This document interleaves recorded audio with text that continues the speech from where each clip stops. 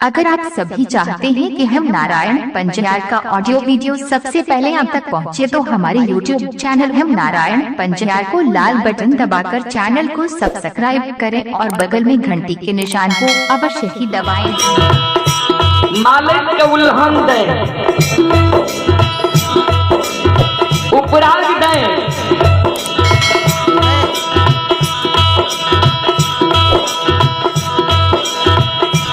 आज सासू जी की उल्हन उपराग सुन के माले रात में सूते के बेर में सोना मुट्ठी बुढ़न सिरहान के बगल में जोगा कराए के लेल खिरिए।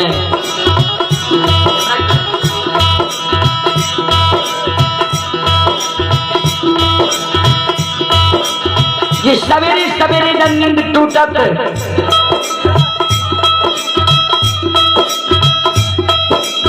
सिरहान के बगल से झाड़ू बोरहन लाले समय से घर आंगन बोहे रे सासू माँ हमरा उल्हन पराग नहीं दे।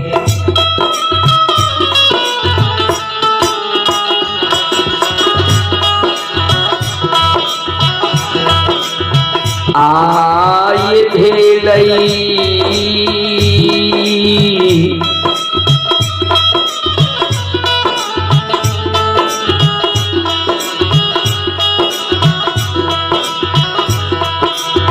भोर भी न सारा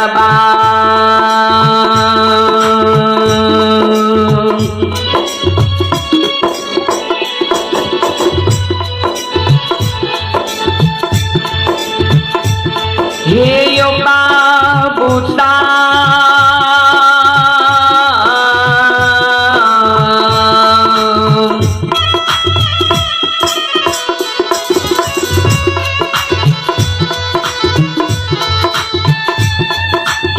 बाबू साहब बन में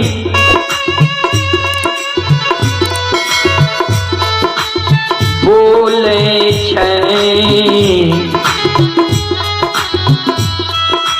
कोयलिया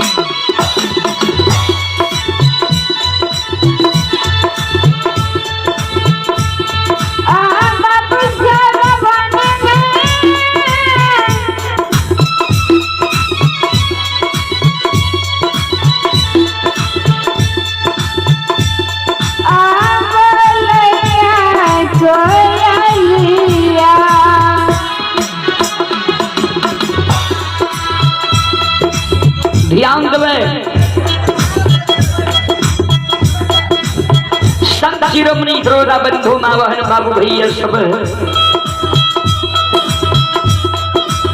जहिना भिक्षार होइ छै ब्रह्म मुहूर्त आबै छै 3 बजे रात्रि से सूर्योदय के पहले तक ब्रह्म मुहूर्त कहल जाय छै बाबूजी। जहिना भिक्षार होइ छै ब्रह्म मुहूर्त आबै छै कोयल बोले लागे छै संत शिरोमणि श्रोता बंधु माँ बहन बाबू भैया सब ध्यान में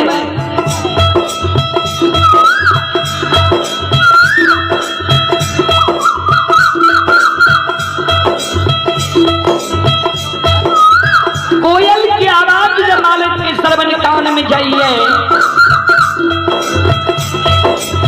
मालिक की नींद टूट जाए छै। जहिना मालिक के नींद टूटे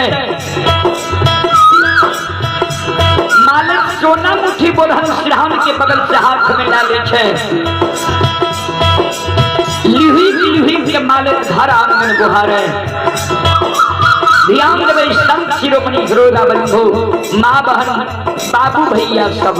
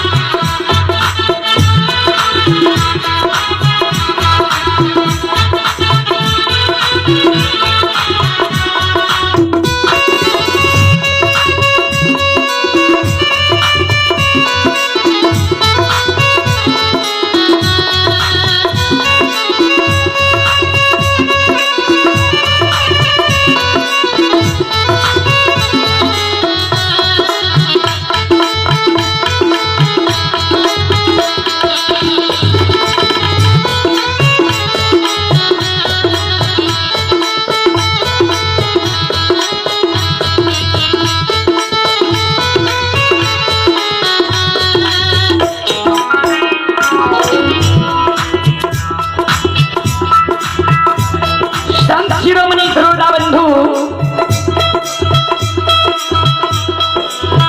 आयली हो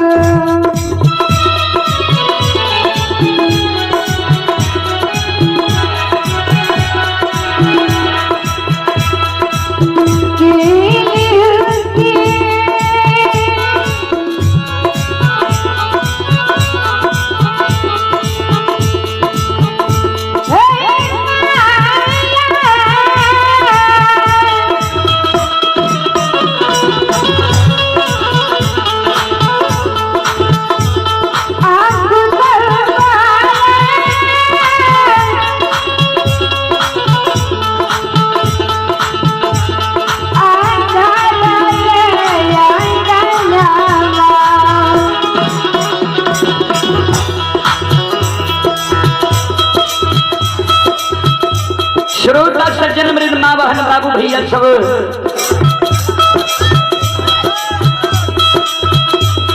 जाई न लिहुई के मालिक घर आंगन बोहावैये घर आंगन बोहे के मालिक डिढ़िया पर जमा क्या दै छै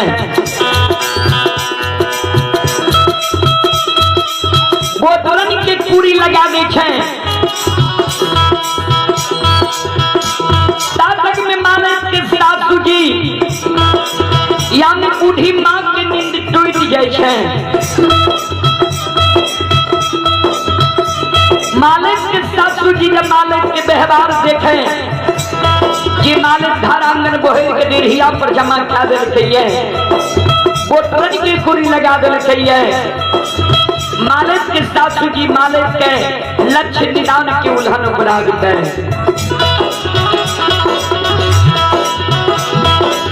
मालिक के कहे ये धोछी के भाई ठौकी केहन वंश खानदान में तू जन्म लही है केहन तोहर बाप भाई रहो केहन तोहर माय हो जाए रहो ये एको गो लूर सऊर सिखा कर तोरा नैहर से सासुर ने भेजलको तू जे घर आंगन बोहर के डिढ़िया पर जमा करी है बोतलन के कूड़ी लगेली है तोरा ज्ञान नहीं छो जे बोतलन नंगन होइ छै जेहने अल्लाह चाल व्यवहार तू नैहर में चले रहे ओहने अल्लाह चाल व्यवहार तू सासुर में चले लागले है लक्ष्य निदान के घर मालिक के सासू जी सवेरे सवेरे मालिक के आंगन में गए ध्यान से सुनवे बाबूजी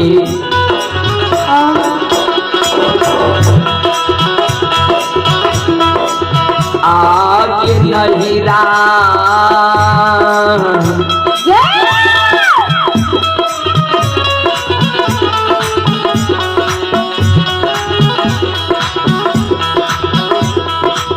छल बिगड़ल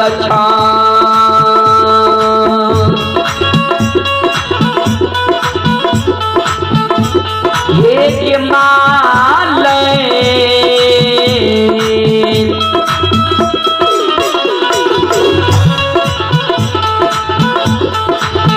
उतहु ससुरबा में अलक्ष छो हवारा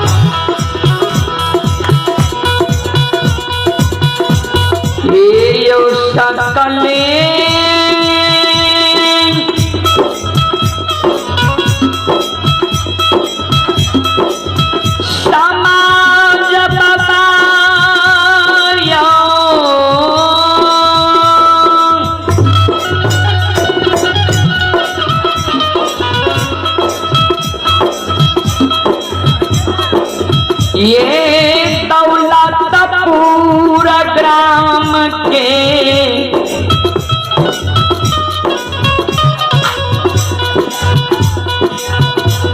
देवी तुल्य माता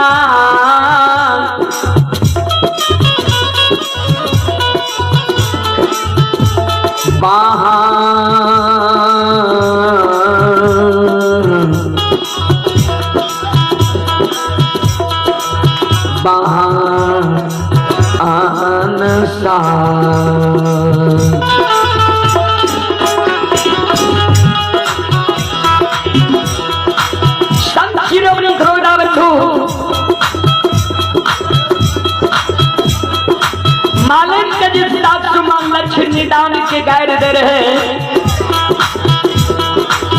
सासुमान की उल्हन पराग सुन के मालिक जार बेजार काने लागले आंख से आंसू मालिक के गिरे लागले जार बेजार सासुमान की चरण पर गिर के मालिक काने ध्यान देवे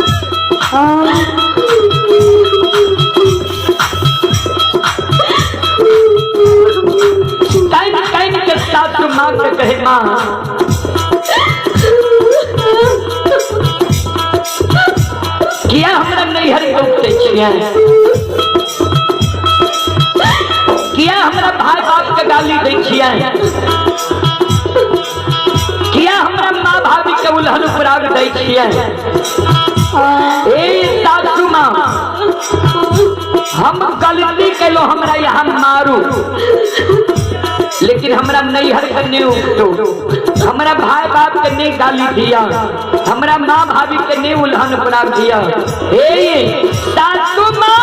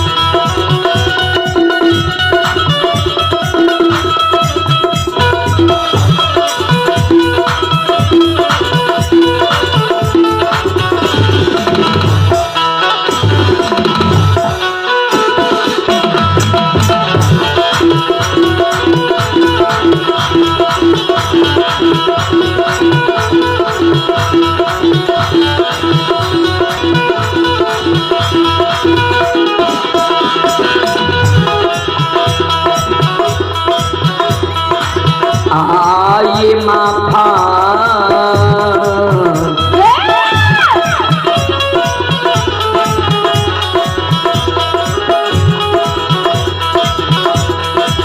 करियो माफा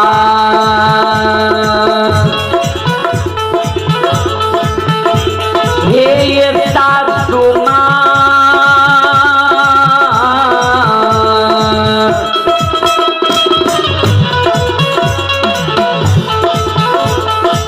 माता जी करोरा गलतिया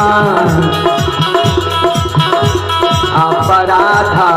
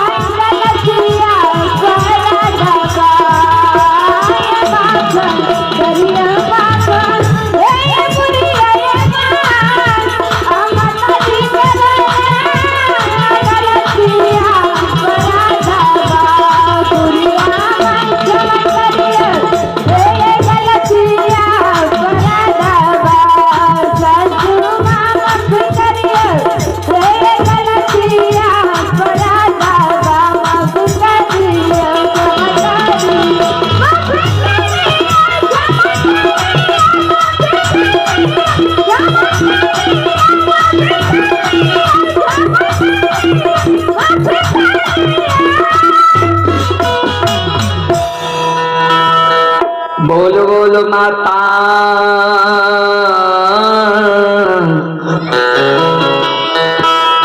भगवती महारानी की जय। भैया हॉर्न की आवाज कम करो। श्रोता